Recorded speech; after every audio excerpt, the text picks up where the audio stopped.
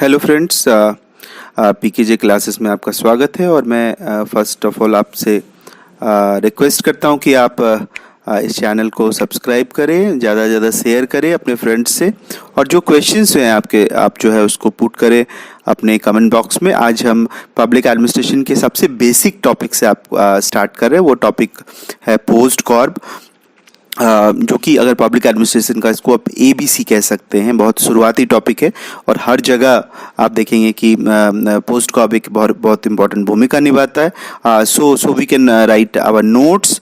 Post Corp हर जगह आता है, आप याद रखना। आप किसी भी कॉम्पिटिटिव एग्जाम दोगे, आप जब अपना पेपर दोगे, हर जगह पोस्ट कॉर्प एक आता है। और as a student of public administration we should know POSDCORB literally.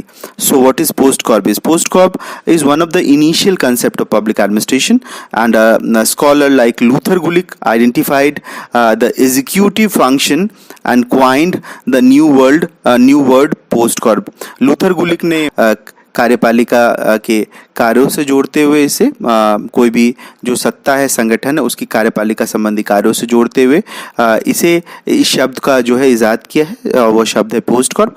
Post Corp में 7 इंपॉर्टेंट टर्मोलॉजी आप देखिएगा। तो P फॉर प्लानिंग मतलब नियोजन, second one is O for organisation, third one is S for staffing यानी कर्मचारियों की नियुक्ति, D फॉर डायरेक्टिंग मतलब निर्देशन, CO मीन्स कोऑर्डिनेशन समन्वय, R इज रिपोर्ट करना, एंड B इज बजटिंग यानी बजट बनाना।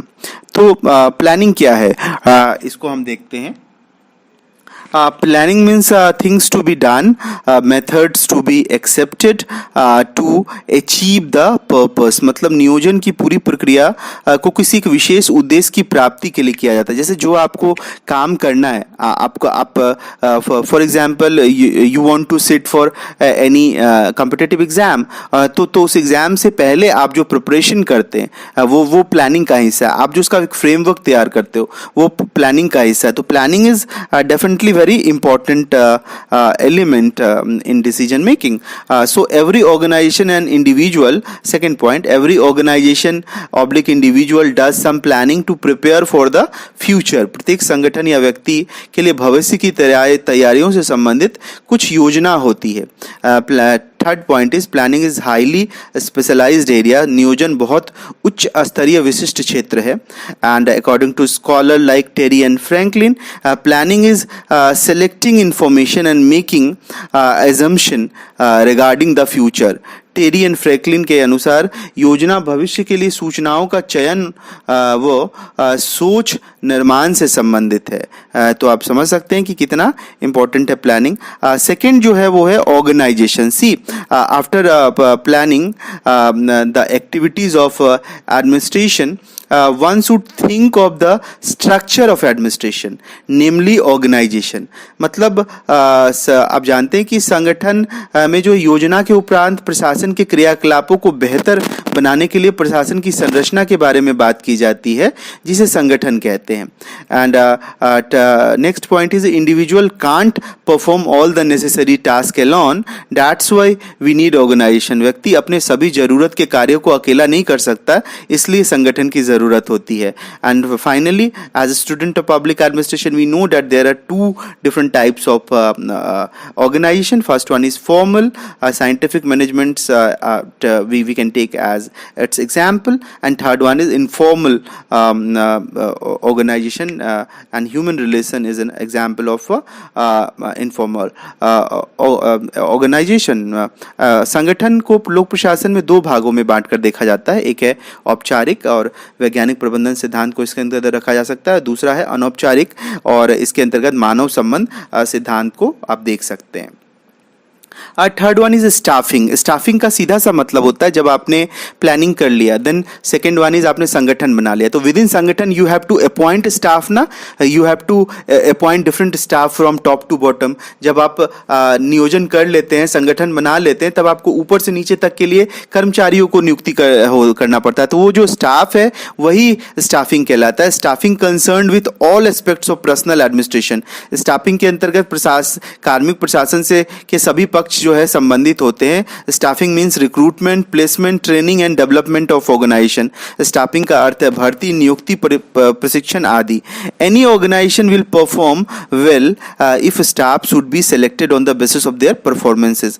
कोई भी संगठन बेहतर प्रदर्शन करेगा यदि उसके कार्मिकों का चयन उसकी योग्यता व प्रदर्शन के आधार पर हो, ना कि भाई भतीजावाद के आधार।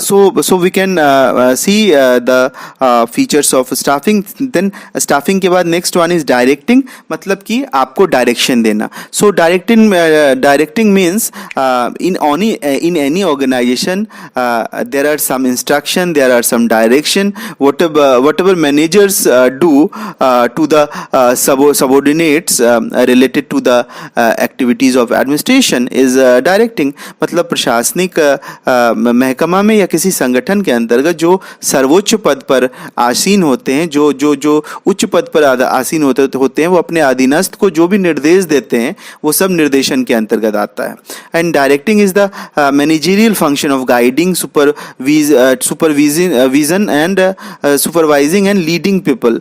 प्रबंधन कार्यों को मार्गदर्शन, पर्यवेक्षण और प्रशस्त करने, बहाल करने के लिए निर्देशन जरूरी होता है।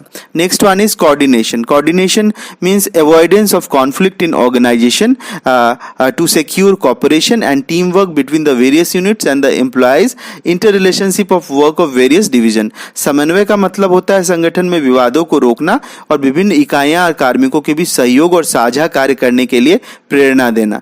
विभिन्न शाखाओं के बीच कार्य में अंतः संबंध को यह प्रेरित करती है। Next one is reporting. Reporting means informing the superiors regarding work in progress. Reporting is an essential step at every level. तो reporting का सीधा सा मतलब होता है कि किसी संगठन में जब हम देखते हैं कि जो सर्वोच्चतम पद पर होता है आपसे, उसको जब अधीनस्थ यानी आप जो है सूचना देते हैं अपने कार्य की प्रगति की, जो कार्य निर्धारित किए गए हैं करने के लिए, उसमें प्रगति कितनी हुई है, वो कितना काम आगे बढ़ा है, वो उसमें कोई हर्डल्स तो नहीं है, उसमें कोई समस्याएं तो नहीं है, उसको क्या हमने अचीव किया नहीं किया उस खास टाइम टेन्योर में, इसको हम देखते हैं रिपोर्टिंग के अंतर्गत। और हम ये भी जानते हैं कि प्रत्येक स्तर पर रिपोर्टिंग करना अनिवार्य है। So in every stage we can see reporting is essential, बहुत जरूरी होता है रिपोर्टिंग करना। एंड फाइनली जब रिपोर्टिंग करते हैं, सब कुछ कर लिया आपने 1 to 6, then budgeting is just like a backbone. आपके पास पैसा नहीं होगा तो आप कैसे संगठन चलेगा, तो बजटिंग बहुत इंपॉर्टेंट है किसी भी ऑर्गेनाइजेशन में। And so budgeting covers the entire field of financial administration. ये वित्तीय प्रशासन के संपूर्ण क्षेत्र को इंगित करता है, उसको रेखांकित करता है। Budgeting means financial planning, control and accounting. Budgeting का अर्थ है वित्तीय योजना, निर्देशन और लेखांकन। A budget is a very much like a plan in the sense that it is forward looking and aims making this thing happen. Budget भविष्य की योजनाओं से संबंधित एक प्रकार की योजना है कि आपको भविष्य में क्या किया जाना है, और इसका उद्देश्य ऐसी स्थिति को बहाल करना है जिसको कि आप संभव बना पाए, मतलब आपकी वित्तीय जरूरतें की जो है पूर्ति इससे हो सके। तो आपने देखा कि 1 to 7 पोस्ट कॉर्प सबसे इसेंशियल सिद्धांत है, आपके टिप्स पे होने चाहिए पोस्ट कॉर्प का मतलब। और आपको ये भी याद होना चाहिए लूथर गुलिक ने दिया, जो अमूमन हर जगह आता है। तो पोस्ट कॉर्प में P फॉर प्लानिंग याद रहेगा, P for planning, O for organization, S for staffing, D for directing, CO for coordination, POSD CO, R for reporting और B फॉर बजटिंग। याद रखिएगा, ये कई एग्जाम में पूछा जाएगा आपसे, आपको हमेशा याद रखना है ये। तो आप प्लीज़ लाइक सब्सक्राइब कीजिए इस चैनल को और बढ़ाइए। अगले टॉपिक फिर आपको जल्द ही बताया जाएगा। धन्यवाद।